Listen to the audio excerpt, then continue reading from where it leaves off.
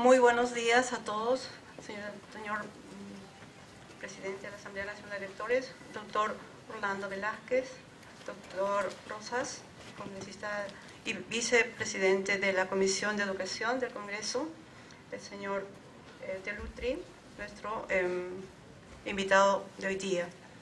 Tengo el grato encargo del doctor Víctor Aguilar Cayo, secretario ejecutivo de la Asamblea Nacional de Rectores, para expresar la más cordial bienvenida al señor Salvador Delutri, destacando que es un privilegio tenerlo con nosotros. En esta ocasión tenemos una importante presentación de una personalidad reconocida por la dirigencia política y cultural bonaerense, reconociendo su trayectoria en el ambiente argentino contemporáneo. A ello se une su práctica empresarial en la industria de la fundición de hierro de alta calidad en el negocio gráfico. El doctor es también autor de 7 libros, 3 tangos, 15 horas de teatro. Conduce el programa radial Tierra Firme, que se transmite por 200 emisoras de América, España y también Estados Unidos. Es una personalidad reconocida y sus conferencias incluyen con frecuencia frases de destacados filósofos y pensadores con definiciones contundentes de la educación superior y de la calidad en ella. Conversábamos con el doctor de su larga trayectoria y su gran interés por ver la parte social y la influencia en lo que es la universidad. Y estamos seguros que con su conferencia, El sentido de la vida, una respuesta a la crisis existencial, dentro del marco de las tendencias y megatendencias modernas y el rol de la educación superior, compartirá una valiosa experiencia, sobre todo en este momento que estamos buscando un cambio en la mejora de la calidad, un momento en que nuestra universidad está enfrentando nuevos retos y nuevas posibilidades de seguir creciendo. Doctor, pido a todos ustedes que recibamos con un fuerte aplauso con el doctor Delutri. Gracias. Bien, a continuación, invitamos al doctor Orlando Velázquez Benítez, presidente de la Asamblea Nacional de Rectores, quien dará las palabras de bienvenida en este importantísimo evento académico. Recibimos con un fuerte aplauso a nuestro presidente.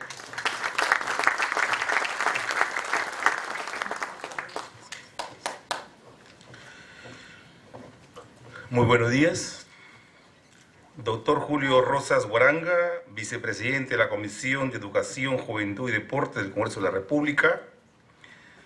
Ingeniero Doris Maraví Gutarra, directora general de Calidad Universitaria de la Asamblea Nacional de Rectores. Doctor Salvador Delutri, expositor y líder de esta temática que hoy día nos convoca a todos nosotros y académico reconocido en Latinoamérica y en el mundo entero. Señores rectores, vicerrectores, señores autoridades presentes, representantes de organizaciones sociales, académicas, damas y caballeros. Nos complace a todos nosotros que hoy día estemos participando en un evento tan importante, en una conferencia que se ha denominado Sentido de la Vida, una respuesta a la crisis existencial, que no es sino una reflexión de la hora actual, que no es sino una especie de reencuentro de nosotros mismos, para lo cual un expositor de la talla de nuestro colega invitado, y le agradecemos muy sinceramente por haber aceptado esta conferencia, que nos va a permitir no solamente una ubicación, ¿no?, una orientación en este marco, sino que es una respuesta contundente a la crisis que vivimos en este momento. En esta conferencia vamos a encontrar respuestas muy importantes, oportunas, llenas de vacíos, ¿no?, llenada de vacíos, y fundamentalmente creo que es un apoyo al rumbo que en este momento el pueblo peruano empieza, y creo que ese direccionamiento a partir de un profesional, de un académico, de un ideólogo de la talla de nuestro opositor, yo creo que es muy importante. Pero quiero agradecer también al congresista Julio Rosas, vicepresidente de la Comisión de Educación del Congreso de la República. Él es el promotor principal de la venida de este expositor. Él es el más entusiasta organizador, coorganizador con la NR de su presencia. Porque justamente en tanto hoy se discute una ley universitaria y algunos creen que la universidad debe ser sometida al poder político, debe ser considerada como un cuartel, congresista Rosas, con su sabiduría, está orientando y enfilando la discusión por ese camino académico, por ese camino que el Perú exige, una universidad, ¿no?, de la mano con el desarrollo, y una universidad que retome el rol histórico para la cual ha sido creada. Gracias, congresista Rosas, por esta dirección, por apuntalar la vida académica de la universidad peruana y por permitir también la llegada de nuestro expositor. Bienvenido a todos ustedes, gracias por su presencia, gracias por haber acudido a esta convocatoria, que estoy seguro pues que va a ser de mucho provecho para ustedes y mucho más para nosotros. Gracias.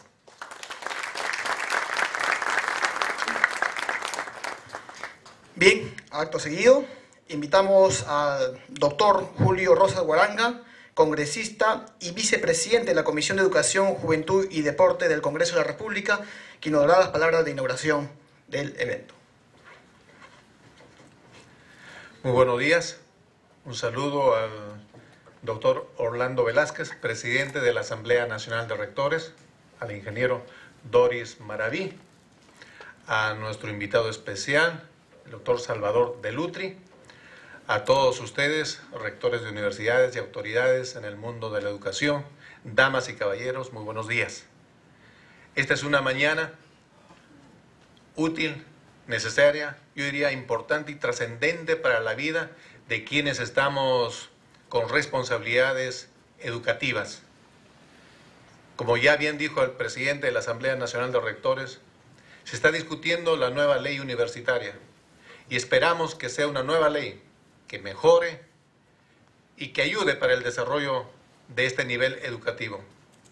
Pero he dicho que mientras vivimos en un mundo que avanza y progresa con la globalización, la tecnología, evoluciona por un lado, por otro, involuciona en tanto a principios y valores. Si queremos mejorar la educación en el país, esto tiene que comenzar primero con la vida del educador, con la calidad educativa que descansa prioritariamente en la calidad de vida de quienes estamos educando. Y de esa manera vamos a tener cada vez más un país que crece y desarrolla, por supuesto, con bases y fundamentos sólidos en principios y valores que tanto hace falta en nuestra sociedad. Por supuesto que estamos pendientes y vigilantes de que la educación en el país no se politice, sino todo lo contrario, pueda tener el respaldo del Estado, del gobierno, de las autoridades y de todos los ciudadanos para que la educación en el país cada vez sea mejor y por supuesto esté a la altura de otros países en el mundo. Esta mañana entonces, gracias a la Asamblea Nacional de Rectores, en la persona de su presidente, que muy gentilmente han abierto este lugar y no solo el espacio físico, sino su mejor disposición porque juntos podamos trabajar de manera coordinada por el bien de la educación superior en nuestro país. Entonces doy por inaugurado esta conferencia magistral que tendrá a cargo el doctor Salvador Delutri. Muchas gracias.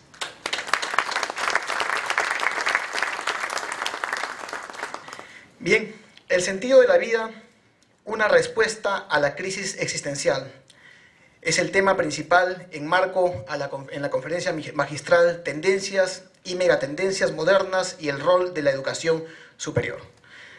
Invitamos al doctor Salvador Delutri, de la República de Argentina, quien nos expondrá ese tema importantísimo. Previamente, a la mesa directiva rogamos si nos pueden acompañar en la platea con la finalidad de que puedan apreciar la conferencia.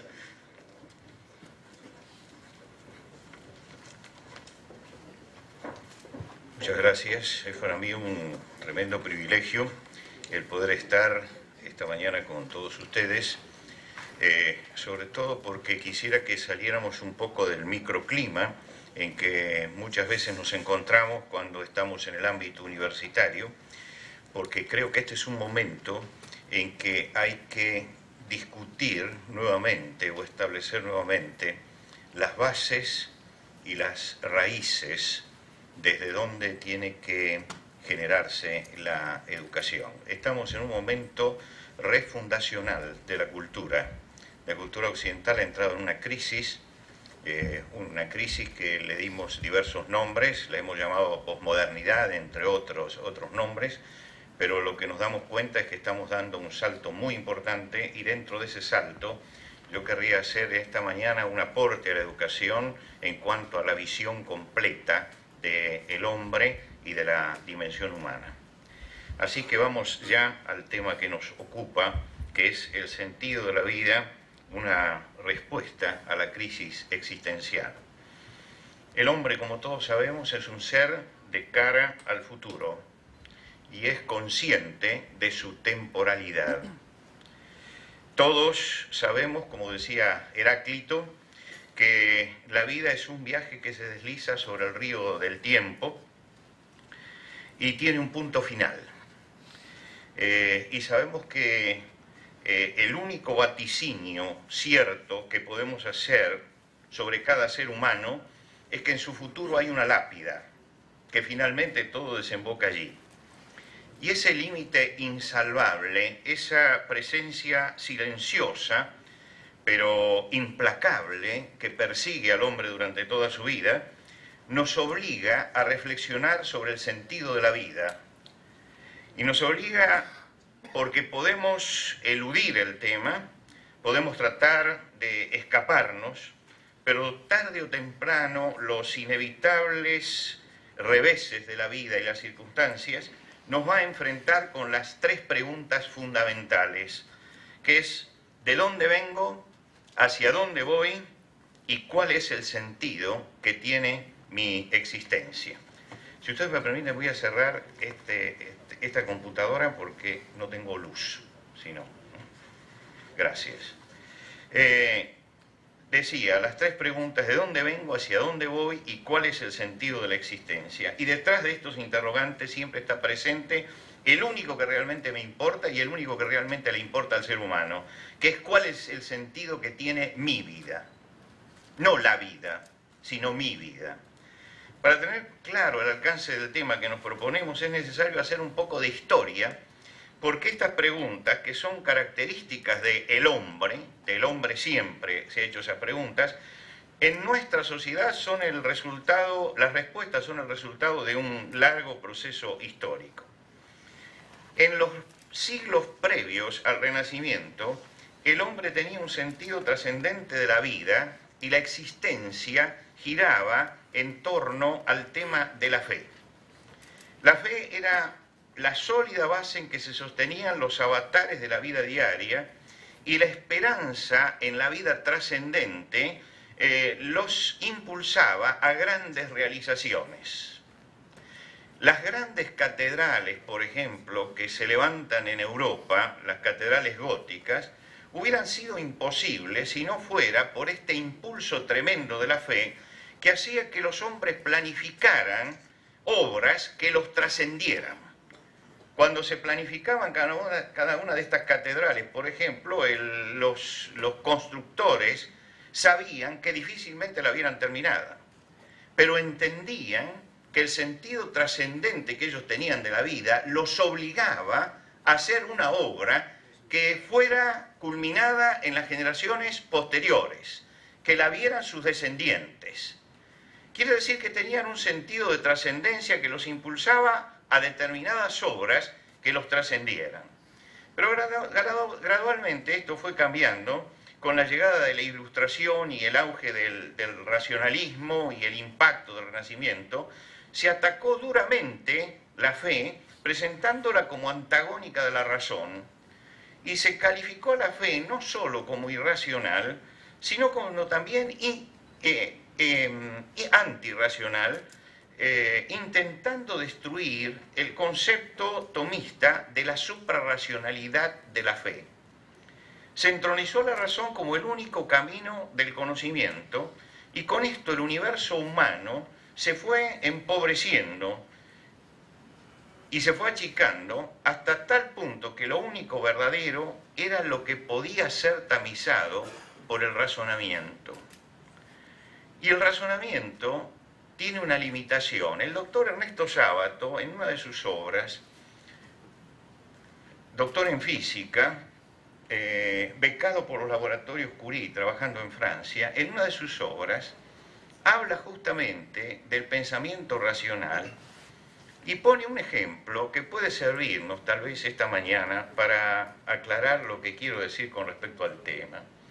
Él dice que el pensamiento racionalista es como alguien que sale a pescar con una red que tiene en su trama de 10 centímetros por 10 centímetros. Dice, cuando tire la red y saque los peces, va a sacar todos peces mayores a 10 centímetros porque la red no retiene a los otros. La conclusión, dice, que va a sacar el racionalista es, en el mar no hay peces menores de 10 centímetros, porque si no lo pesca su red, eso no existe. Y este es una de las cosas que marca la soberbia de la razón. La razón tiene un límite y cree que todo lo que no se puede captar a través de la razón no tiene existencia real. Mientras que el hombre del medioevo creía que había cosas que trascendían la razón y que tenían existencia real, el hombre del Renacimiento y el hombre del Iluminismo se encerró en los límites del razonamiento, creyendo que todo lo que no puede captar la razón no puede tener existencia real. De ahí que se tomara la fe a la que Santo Tomás, que no es un santo de mi devoción, simplemente lo menciono, a la que Santo Tomás dice que no es ni irracional ni antirracional, sino suprarracional. Entonces se atacó a la fe en el sentido de la irracionalidad y la antirracionalidad y se negó la suprarracionalidad de la fe. Y se entronizó entonces a la razón como el único camino del conocimiento, y con esto el universo humano, como hemos dicho, se fue empobreciendo. Comenzaron los tiempos de la rebelión contra la fe trascendente y se pretendió canalizar el sentimiento religioso a través de la secularidad. Recordemos que en Francia durante la Revolución se despojó a la Catedral de Notre Dame de todos los símbolos cristianos y se la transformó en el templo de la razón. En la época del terror, entronizaron a la diosa razón en la persona de una bailarina de ópera a la que pasearon procesionalmente vestida de azul, todo un mensaje la vestimenta, y ante la presencia de las más altas autoridades, lo que significa que hoy calificaríamos a ese acto como una manifestación o una celebración de tipo oficial. Sobre esta base se desarrolló la sociedad moderna y la razón se transformó en una deidad tiránica que impuso su pragmatismo en todo el mundo occidental, y la fe trascendente fue desechada como una superstición del pasado, como una rémora oscurantista que necesariamente debía ser superada, y la jactancia de la racionalidad fue tener únicamente fe en la ciencia. Durante la modernidad la fe trascendente fue abiertamente rechazada por la mayoría de los filósofos, de los pensadores y de los científicos, y lentamente se fue avanzando en un proceso de desacralización de la cultura que encuentra lo que cree que es su etapa final cuando Federico Nietzsche habla acerca y afirma la muerte de Dios. Y ese presunto óbito de la divinidad quería marcar el fin de la fe trascendente y el fin también de la religión. Augusto Comte llega al delirio cuando, consciente de la imposibilidad de eliminar las necesidades religiosas en el ser humano, crea una religión secular que se denomina religión positiva, y la divinidad suprema de esta religión es el gran ser, es decir, el hombre en su máximo desarrollo, que debe reverenciarse como la finalidad de todo individuo, a la que todo individuo debe aspirar. Hizo un paralelo entre la religión cristiana y la nueva religión, donde Dios es reemplazado por el gran ser, los dogmas eran reemplazados por las leyes naturales, los santos por los grandes científicos, y las mujeres eran los ángeles custodios de esta nueva religión. Según Comte, debía rendirse adoración a la tierra, porque es el hábitat humano, y al espacio, porque la tierra se mueve dentro de él. Comte, como fundador de esa religión, asume su función de profeta organizador y organiza entonces una jerarquía eclesiástica, consagra sacerdotes, funda templos, y a su fallecimiento los discípulos rechazaron el aspecto religioso, retuvimos el aspecto filosófico, e hicieron desaparecer el aspecto delirante de Comte en esta fiebre por crear un pensamiento religioso secular. Sin embargo, la filosofía de Comte sigue influyendo a la sociedad francesa durante el siglo XIX y posteriormente trasciende a toda la sociedad occidental. Esta rebelión contra la fe hizo crisis en el siglo XX. El mundo maravilloso soñado por los positivistas dio paso a un siglo paradójicamente salvaje e irracional. Ya lo había vaticinado Francisco de Goya cuando en uno de sus grabados colocó la famosa frase: "El sueño de la razón produce monstruos". Y estos monstruos mostraron su siniestro rostro durante el siglo que nosotros dejamos atrás. Sin embargo, la rebelión contra la fe y la visión trascendente de la vida se mantuvo. En el año 1943, en plena Segunda Guerra Mundial, se estrenó una de las obras más representativas del existencialismo, Las moscas, de Jean-Paul Sartre.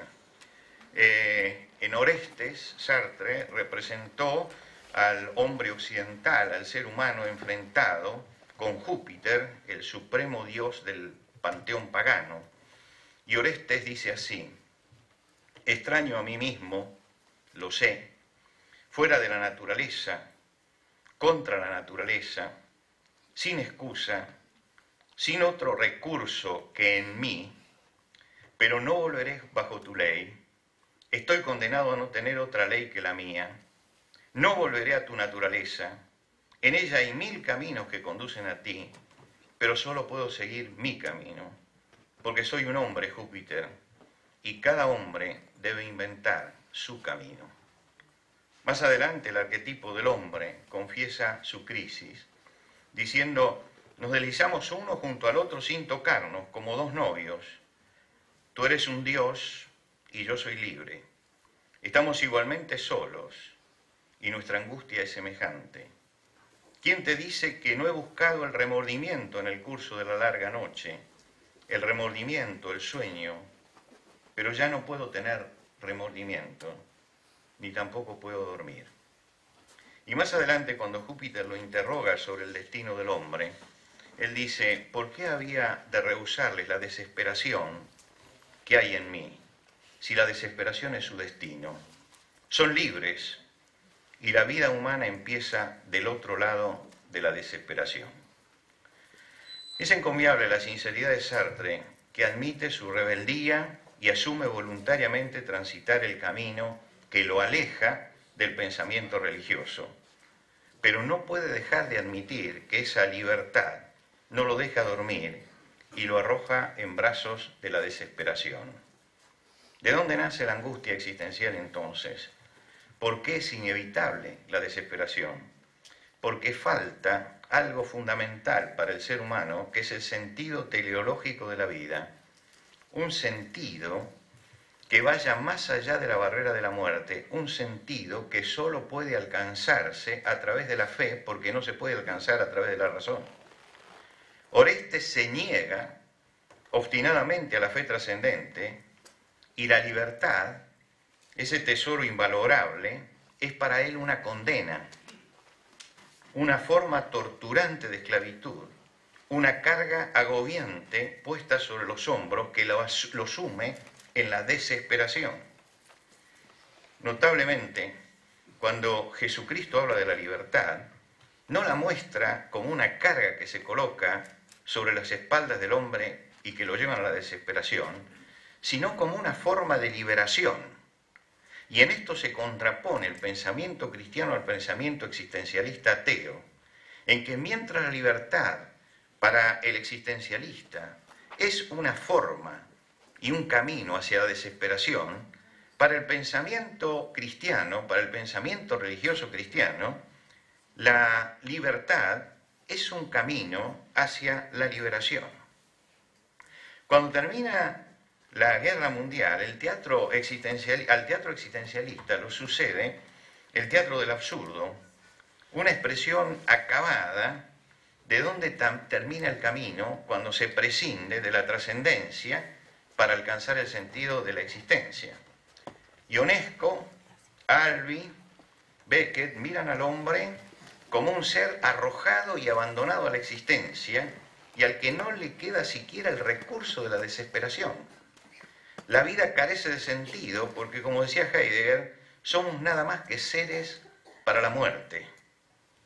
Beckett, en Esperando a Godot, que algunos consideran como la obra fundamental y más representativa del teatro del absurdo, muestra a sus dos personajes dialogando en el vacío, inmovilizados, de tal manera que, aún en los momentos humorísticos, resultan patéticos. Vladimiro y Estragón, los dos personajes, esperan la llegada de alguien que se llama Godot. La situación se plantea como en el teatro tradicional, pero no evoluciona, no deriva, no se resuelve. Godot no viene y el telón cae finalmente sobre la frustración de los dos personajes. Paradójicamente esperan, pero paradójicamente esperan sin esperanza.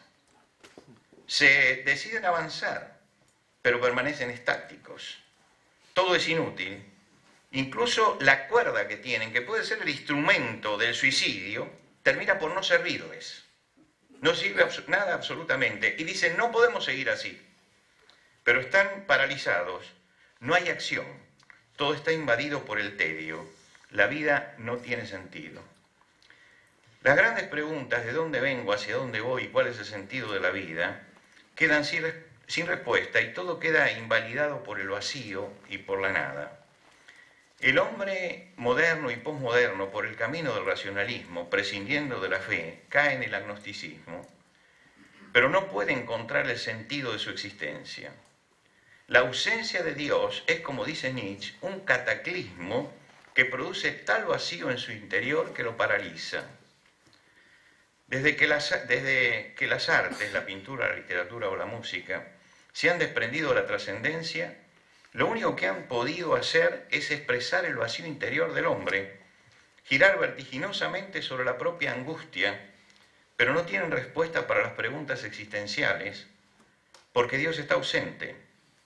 Y toda reflexión se centra en el vacío, en el hueco infinito producido por esa ausencia.